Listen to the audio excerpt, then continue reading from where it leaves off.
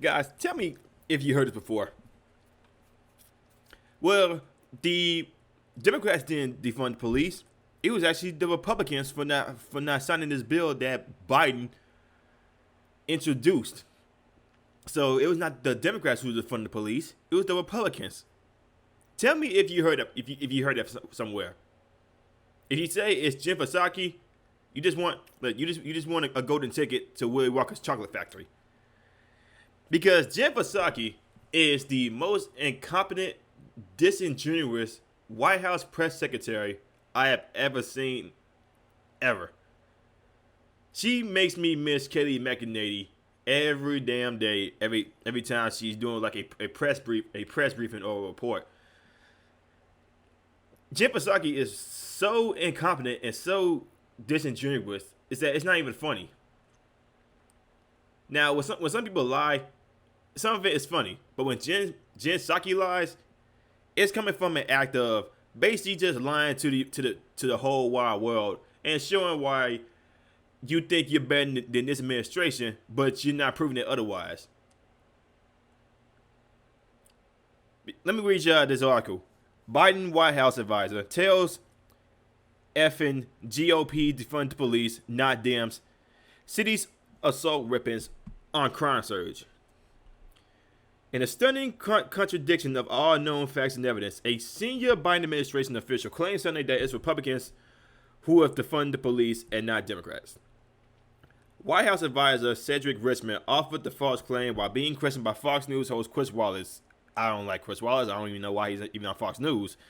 Over President Biden's plan to obscenely deal with the crime wave affecting cities across the country. Republicans have pushed back on the plan because it doesn't address any of the blue state city policies believed to be responsible for the crime wave, including the decriminalization of low-level offenses, the elimination of bail, the automatic release of repeat felons, and the defunded demoralization of the police. Confronted with the criticism on Fox News Sunday, Richmond made the audacious claim that the policies are the byproducts of Republican governance. Let's talk about who defunded the police. When we were in Congress last year trying to pass an emergency relief plan for cities that were cash-strapped and laying off police and firefighters, it was the Republicans who objected to it. But it was the Democrats who defunded these cities and who defunded the police departments in the first place. So how is it Republicans' fault if it was the Democrats who defunded the police in the first place? This is what I'm saying. Like, these people, all last year, they been talking about, you had people like AOC, Ilhan Omar, and the rest of the squad talk about defunding police. AOC talk about how everything would look like the suburbs if there was less police. Turns out she's false. Turns out she's a freaking lie. She's a mentally challenged patient running in Congress. AOC is the biggest doofus of all time, and she happens to be a socialist progressive Democrat. She's a socialist. She also likes the police, but then as soon as Marjorie Taylor Greene comes up to confront her, she wants more security guards over her. This is how you know she doesn't believe what she's saying when she's scared of Marjorie Taylor Greene. Now, Marjorie Taylor Greene may be a little extreme a lot of times, but at least she has a backbone to call people out. A lot of these people in Congress don't have that backbone. Here's a little clip from Chris Wallace and Fox News about the rising crime. Yeah, listen to this. But let's discuss some of the factors that President Biden, senior. White House, Mark, thank you. And joining us now, senior advisor to the president, Cedric Richmond. Mr. Richmond, welcome to Fox News Sunday. Thanks for having me, Chris. Why does President Biden I'm still gonna talk about think this the shit, though. number of homicides and shootings is up so dramatically in the last 18 months? Well, part of it is the plethora of guns that are flooding the streets of this country, and that's something that the president wants to deal with. He knows the toll that violence takes on families, and especially gun violence, and what it's doing over the last 18 months in this country.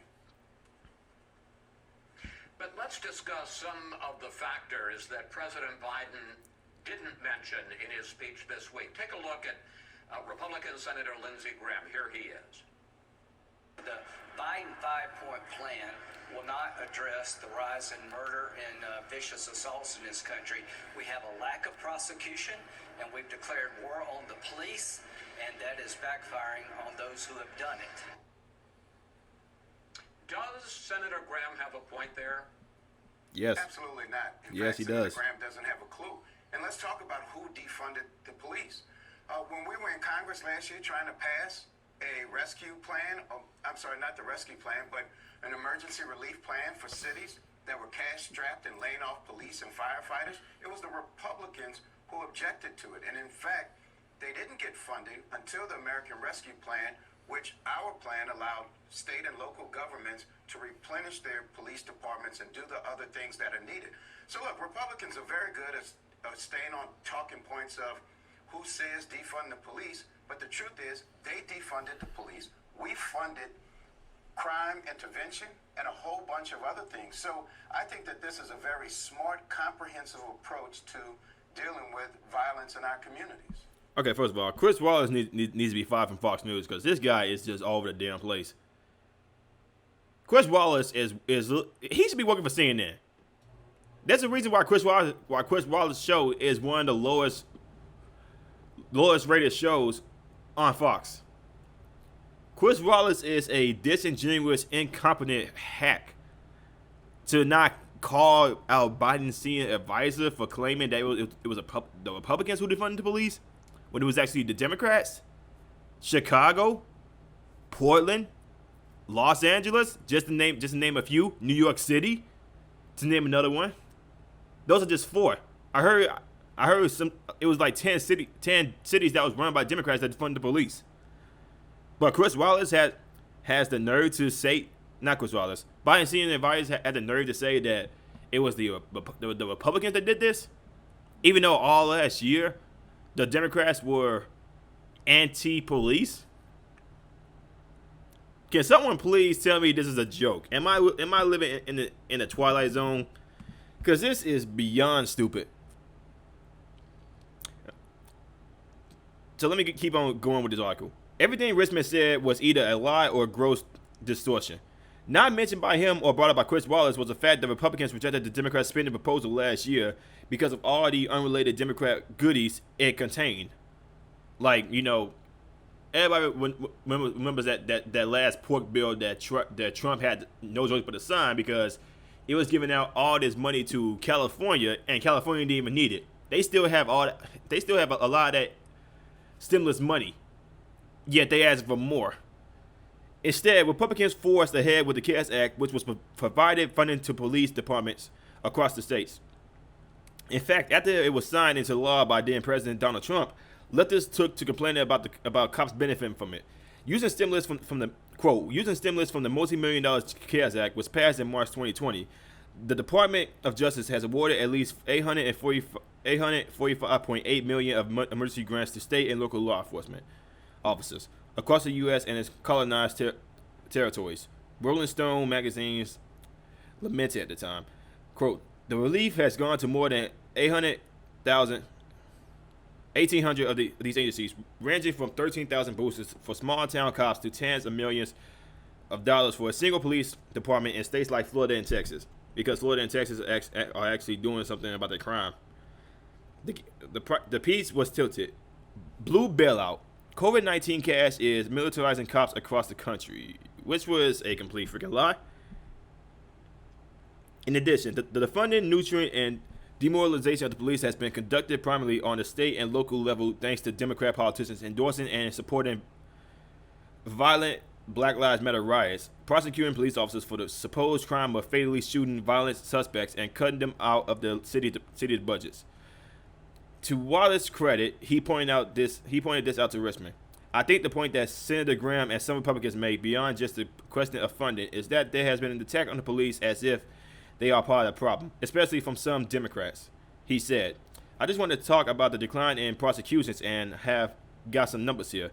According to one study, more than 90% of charges against people protesting and rioting after George Floyd's murder was dropped in most cities. He added, in New York, the ban on cash bail has resulted in the majority of people who are arrested getting released. Doesn't that send exactly the wrong signals both to police and criminals who are being arrested? Yes, it does. Because if you commit a crime like murder, you ain't gotta pay bail. If you just committed a crime on rape, you ain't gotta pay bail. If you committed a crime, the ultimate crime on child pornography, or some type of child molestation, you ain't gotta pay bail. So yes, it does send the wrong message, and these virtue signaling politicians should be ashamed of themselves. Here's how Butler County, Ohio Sheriff Richmond Jones put it during a Fox News interview last fall. Police are under attack. They're allowed to go. They are allowed to go home. These politicians are putting police out there as targets, where they can have projectiles thrown at them, fireworks, professional fireworks shot at them, knock their eyes out, assault them. It's Democrat prosecutors who release violent BLM Antifa rioters. It's Democrat prosecutors who tried to railroad the careers of good officers, and it's Democrat policies that have led to the epidemic on cops resigning from the force. Because tell me, who wants to be a police officer nowadays when all the cops are being ridiculed as white supremacists, white nationalists? They hate black people, even though there are tons of black cops out there, and Puerto Rican cops and Asian cops. It's not just white cops out here. But you would have a lot of people say like the police doesn't help out. What the police had done for you? It's not what the police have did for me. It's what they're doing for the people who actually need it. I don't really need the police right now. There's nothing really going on in my life. But for the people who do need it, they the ones who need somebody there to catch a perk, file a police report, stuff like that. But some people do not seem to understand that. Some people are finding their own way out of police. But if you are somebody who's in a situation of domestic violence, or you have a spouse, man or woman, that's basically beating you to death, or almost almost beating you to death, yes, you do need a cop. And and a lot of times those situations escalate real quickly, and somebody gets shot. But these people still talk about sending a social worker. What's a social worker gonna do with a person with a gun? Especially when they claim like a person is a property and they ain't going nowhere. Man or woman, it doesn't matter. Social workers are not going to be a big help as some people think. If they are, please enlighten me. These social workers don't want to put themselves at risk. Come on. But who am I to say? They really do want to claim that it was the Republicans that defunded the police, but it was all the Democrat policies and all these Democrats. We got them on tape saying this. Defund the police. We got them on tape. We got the receipts. But Republicans are the ones who say that are defunding the police, and not the Democrats. Give me a break. Give me a freaking break. If you guys like what I'm saying, like, comment, subscribe, share the video. I will see y'all in the next one. I'm out.